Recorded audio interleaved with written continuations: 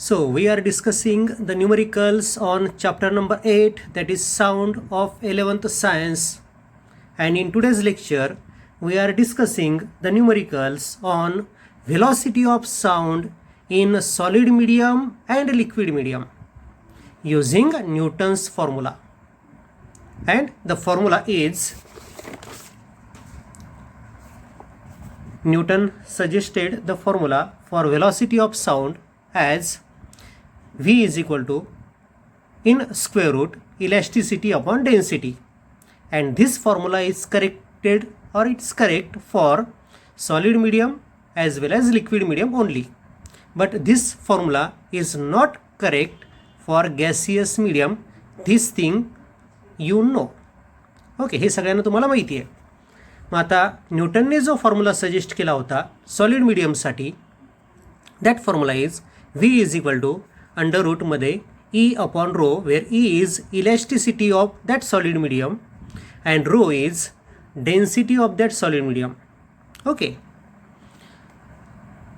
The second formula is velocity of sound in liquid using Newton's formula is V is equal to, formula तोच आहे, square root of elasticity upon density, but elasticity of liquid medium is nothing but bulk modulus.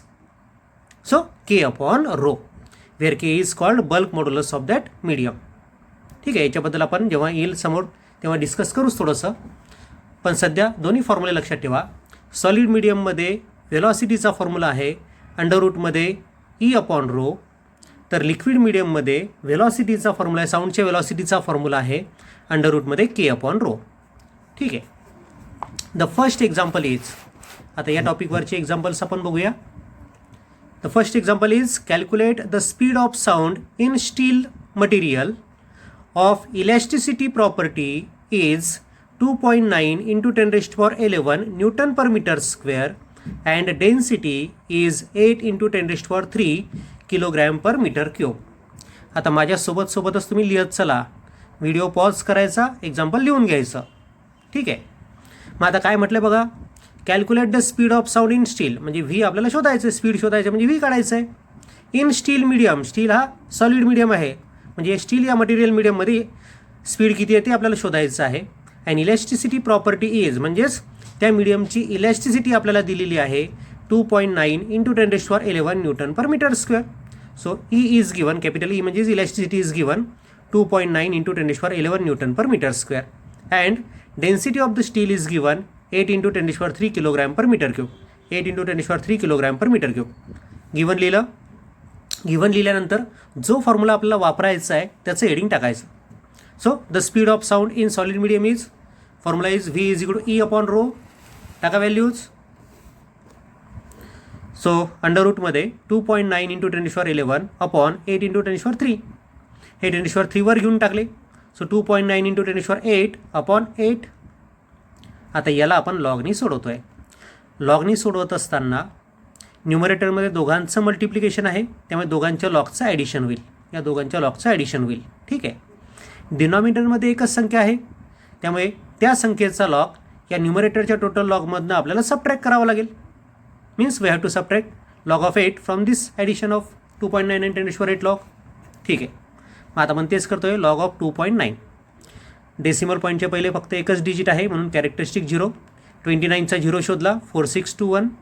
त्यानंतर log of 10⁻8, जेवढी 10ची power असते तेवढी characteristic देऊन टाकायची आणि 0.0000 लिहून टाकायचा, म्हणजे 10चा 0 आपण बघत असतो. दोघांचं ॲडिशन केलं, ॲडिशन आलं 8.4621. त्याच्यामध्ये लॉग ऑफ 8 सबट्रॅक्ट करायचं आहे. 8चा लॉग म्हणजे डेसिमल पॉईंट 8च्या नंतर आहे, म्हणजे डेसिमल पॉईंटच्या पहिले एकच डिजिट आहे म्हणून कॅरेक्टरिस्टिक 0, आणि 80चा 0 शोधायचा 9031. ओके, आता दोघांचं सबट्रॅक्शन केलं, न्युमरेटरच्या लॉगमध्ये डिनॉमिनेटरचा लॉग सबट्रॅक्ट केला, म्हणजे या 8.4621मधनं 0.9031 सबट्रॅक्ट केला, सबट्रॅक्शन आलं 7.5590. त्याचं हाफ करा. हाफ का बरं करायचं, कारण हे सगळे कॅल्क्युलेशन स्क्वेअर रूटच्या आतमध्ये आहेत म्हणून हाफ केला आपण. हाफ केल्यानंतर आपल्याला मिळालं 3.7795, आणि मग त्याचा अँटीलॉग घ्यायचा, आणि अँटीलॉग घेतला आपण या 3.7795चा, तो आला 6019. अँटीलॉगची कॅरेक्टरिस्टिक 3 आहे, आणि त्यामुळे आपला डेसिमल पॉईंट असेल 4 प्लेसेस नंतर, म्हणजे 1 2 3 4 म्हणजे डेसिमल पॉईंट आपला 9च्या नंतर आहे. सो वी गेट ॲन्सर 6019 आणि स्पीड आपण शोधला आहे त्यामुळे युनिट असेल मीटर पर सेकंद. युनिट लिहायला विसरायचं नाही, युनिट जर तुमचं राहिलं तर तुमचा अर्धा मार्कच जाणार आहे हे लक्षात ठेवा. आणि खाली ॲन्सर शब्दामध्ये मांडून टाकायचं. Therefore velocity of steel is found to be 6019 metre per second. ठीक आहे, हे मी एक्सप्लेन करून सांगितलं, तुम्ही त्याला पॉज करा, व्यवस्थित लिहून घ्या. Second example is for a steel elasticity property is 2 × 10⁻11.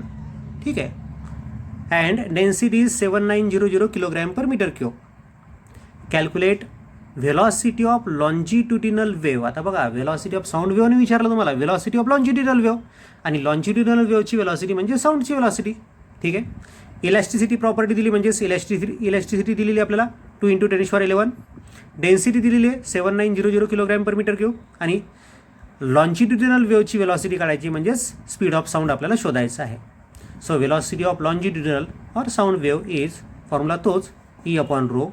E is 2 × 10⁻11, ρ is 7900, log of 2, log of 10⁻11. दोघांचं ॲडिशन केलं, याच्यामधनं 7900चा लॉग सबट्रॅक्ट केला, सबट्रॅक्शन आलं 7.4034, त्याचं हाफ केलं. हाफ का बरं करायचं, कारण की स्क्वेअर रूटच्या आतमध्ये आहे. सो हाफ इज 3.7017, आणि मग त्याचा अँटीलॉग काढायचा. Antilog is 5031. So velocity is 5031 metre per second. व्यवस्थित पॉज करा आणि लिहून घ्या. ओके, खाली शब्दामध्ये पण ॲन्सर लिहायला विसरू नका. थोडं फास्ट सांगितलं, ठीक आहे, थोडंसं स्लो सांगतोय पुढचं एक्झाम्पल.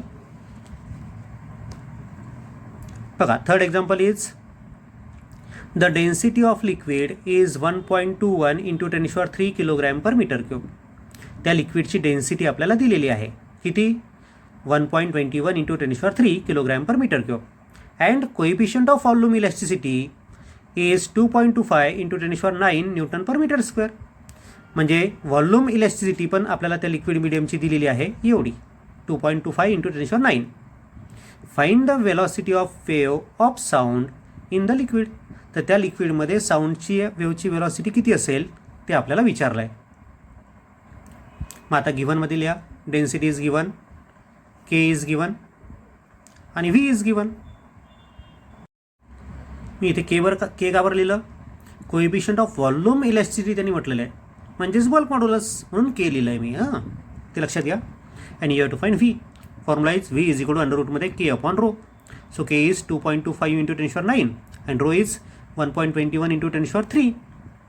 सो अंडररूट ऑफ 2.25, 10ची पॉवर एकत्र करून घेतली, 10⁻6/1.21. सो आपण कॅल्क्युलेशन करतो आहे. स्क्वेअर रूटमध्ये 2.25 × 10⁻6/1.21. 2.25चा लॉग घेतला 0.3522, 10⁻6चा लॉग घेतला 6.0000. दोघांचं ॲडिशन केलं, ते ॲडिशन आलं 6.3522. हा झाला न्यूमरेटरचा टोटल लॉग. त्याच्यामधनं डिनॉमिनेटरचा लॉग सबट्रॅक्ट करा, म्हणजे 1.21चा लॉग आपल्याला सबट्रॅक्ट करावा लागेल. So log of 1.21 is 0.0828. हा झाला डिनॉमिनेटरचा लॉग. न्यूमरेटरच्या लॉगमधनं डिनॉमिनेटरचा लॉग सबट्रॅक्ट करूया आपण. या दोघांचं सबट्रॅक्शन केलं, सबट्रॅक्शन इज 6.2694. त्याचं हाफ करा. हाफ का बरं करायचं, कारण की स्क्वेअर रूटमध्ये आहे. So take half of this and it is 3.1347. Half केल्यानंतर त्याचा अँटीलॉग करा, and antilog is 1363. So velocity of sound or longitudinal wave in that medium is 1363 metre per second. ठीक आहे, उत्तर व्यवस्थित मांडायला विसरू नका. नंतर फोर्थ एक्झाम्पल. काही होत असेल तर पॉज करायचं आणि नंतर आरामशीर लिहून घ्या, किंवा नंतर सगळ्यात शेवटी लिहून घ्या, तो तुमचा प्रश्न. Fourth example. The speed of sound in water at 20 degree centigrade is 1450 metre per second. काय बरोबर, 20 डिग्री सेंटीग्रेडला साऊंडचा स्पीड वॉटरमध्ये 1450 मीटर पर सेकंद आहे. Find the bulk modulus of water. Bulk modulus of water तुम्हाला शोधायचं आहे, म्हणजे वॉटरचं इलॅस्टिसिटी तुम्हाला शोधायची आहे. And density of water is 10⁻³ kilogram per metre cube. ठीक आहे, आपल्याला साऊंडचा स्पीड दिलेला आहे 1450 metre per second. Bulk modulus शोधायचं म्हणजे के आपल्याला शोधायचं आहे, आणि वॉटरची डेन्सिटी दिलेली 10⁻³. आता इथे टेम्परेचर पण दिलेलं आहे, पण सध्या आपल्याला टेम्परेचरचं काहीच काम नाही आहे. ठीक आहे. फॉर्म्युला इज अंडर रूटमध्ये K upon rho. So K is equal to V square rho. बरोबर आहे. आपल्याला के काढायचं आहे, त्यामुळे त्या फॉर्म्युल्याला मी सिम्प्लिफाय केलं. फॉर्म्युला झाला व्ही स्क्वेअर इंटू रो. बरोबर आहे. दोन्ही साईडचं स्क्वेअर करून सिम्प्लिफाय केलं. व्ही स्क्वेअर, आता व्हीची व्हॅल्यू 1450 आहे. सो 1450 इंटू 1450 आणि रो आहे 10⁻³ आता या तिघांचा गुणाकार करायचा आहे, म्हणून तिघांच्या लॉगचं ॲडिशन केलं आपण. सो 14चा 5 तो येतो 1614. सो 3.1614 3.1614 आणि 10⁻³ लॉग किती येईल 3.0000. तिघांचं ॲडिशन केलं, ॲडिशन आलं 9.3228. आता इथे तिघांचं सरळ सरळ मल्टिप्लिकेशन असल्यामुळे तिघांच्या लॉगचं आपण ॲडिशन केलं. ॲडिशन केल्यानंतर जे काही येईल त्याचा अँटीलॉग काढायचा.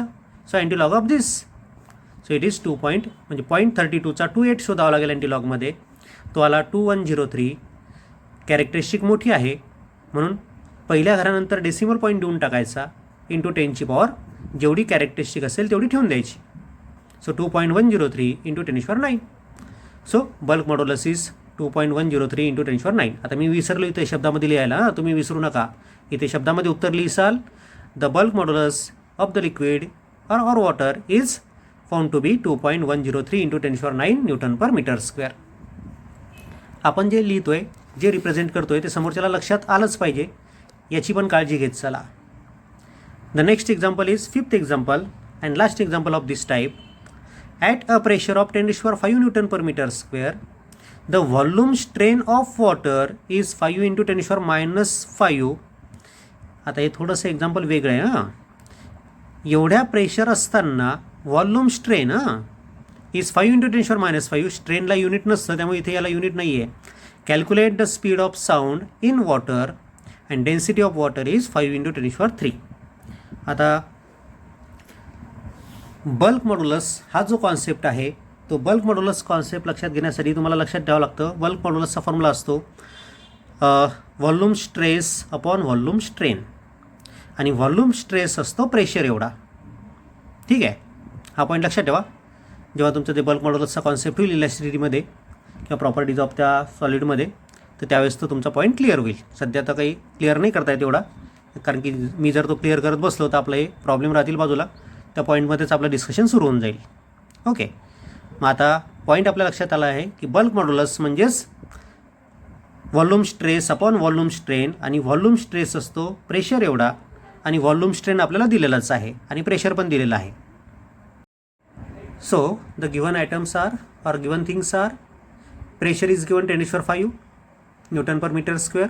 Density is given 5 into 10⁻³ kilogram per metre cube. Volume strain is given 5 into 10⁻⁵, म्हणजे त्याला DV अपॉन V म्हणतात, change in volume upon original volume, हा DP. तर व्हेलॉसिटी किती असेल ते आपल्याला विचारलं आहे. आता इथे DV अपॉन V म्हणजे हा इथला V व्हॉल्यूमचा आहे, हां, आणि हा पण V व्हॉल्यूमचा आहे, आणि हा V मात्र व्हेलॉसिटीचा आहे. लक्षात घ्या, फरक पाहिजे असेल तुम्ही तिथे सिम्बॉल थोडीशी चेंज करू शकता. या Vला गाठ देऊन टाका, हा V तसा ठेवा. The elasticity of liquid is K is equal to V dP upon dV. हा बल्क मॉड्युलसचा फॉर्म्युला आहे, म्हणून बल्क मॉड्युलस असेल DP upon dV upon V आहे. बरोबर. Volume stress upon volume strain. Volume stress म्हणजे चेंज इन प्रेशर आणि volume strain म्हणजे change in volume to original volume. So DP is given 10⁵, dV upon V म्हणजेच volume strain is given 5 into 10⁻⁵. So bulk modulus आपल्याला मिळतो 0.2 into 10⁻10 newton per metre square. ठीक आहे, K आपल्याला मिळाला. आपल्याला शोधायचं आहे व्हेलॉसिटी ऑफ साऊंड. मग velocity of sound in liquid formula आहे V is equal to under रूटमध्ये K upon rho. K is आपण आता शोधला 0.2 इंटू 10⁻10 आणि rho is 5 into 10⁻³ 5 into 10⁻³ square रूटमध्ये पहिले याला सिम्प्लिफाय केलं मी. 5 इंटू 0.04 इज इक्वल टू 0.2. बरोबर आहे. त्यामुळे हा भाग दिला आपण 0.04चा इंटू 10⁻7.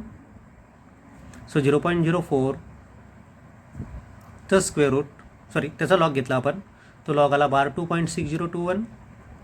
10⁻7चा लॉग घेतला, तो आला 7.0000. दोघांचं ॲडिशन केलं कारण की ते दोघांचं मल्टिप्लिकेशन आहे. So addition is 5.6021. त्याचं हाफ केलं, ते हाफ आलं 2.80105 आणि मग त्याचा अँटीलॉग घेतला. So antilog is 632.5. So speed of the sound in that liquid is 632.5 meter per second.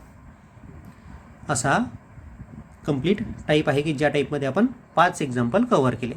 आता हा टाईप सेपरेट करण्यामागचं कारण लक्षात घ्या की साऊंडची वेलॉसिटी सॉलिडमध्ये आणि लिक्विडमध्ये ही न्यूटनच्या फॉर्म्युल्याने आपल्याला काढता येते, पण गॅसमध्ये जर तुम्हाला ती वेलॉसिटी काढायची असेल तर न्यूटनचा फॉर्म्युला त्या ठिकाणी पूर्ण पडत नाही, म्हणून लॅप्लासने त्याच्यामध्ये करेक्शन केलं होतं. आणि म्हणून मग velocity of sound in gas जर आपल्याला शोधायचा असेल तर आपण लॅप्लास फॉर्म्युला वापरतो, हे आपल्याला माहिती आहे. ओके.